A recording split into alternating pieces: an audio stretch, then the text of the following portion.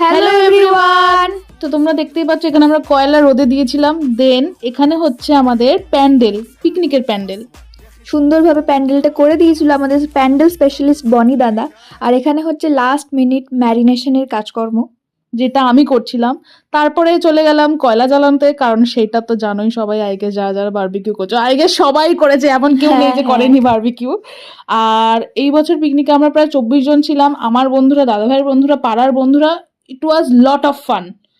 সবাই মিলে আমরা প্রচুর মজা করেছি। কাবাবের জন্য অনেক কষ্ট করে করে আমরা কয়লা ধরিয়েছি। আমাদের পিকনিক চলেছিল রাত 3টে পর্যন্ত। হ্যাঁ, আর তারপরে অনেক মাংস খেয়েছি। প্রচুর মাংস খাওয়া হয়েছে, প্রচুর খাওয়া দাওয়া করা হয়েছে। আর ডিনার ছিল হচ্ছে পোলাও আর আফগানি চিকেন, সেটাও প্রচন্ড ইয়াম ছিল।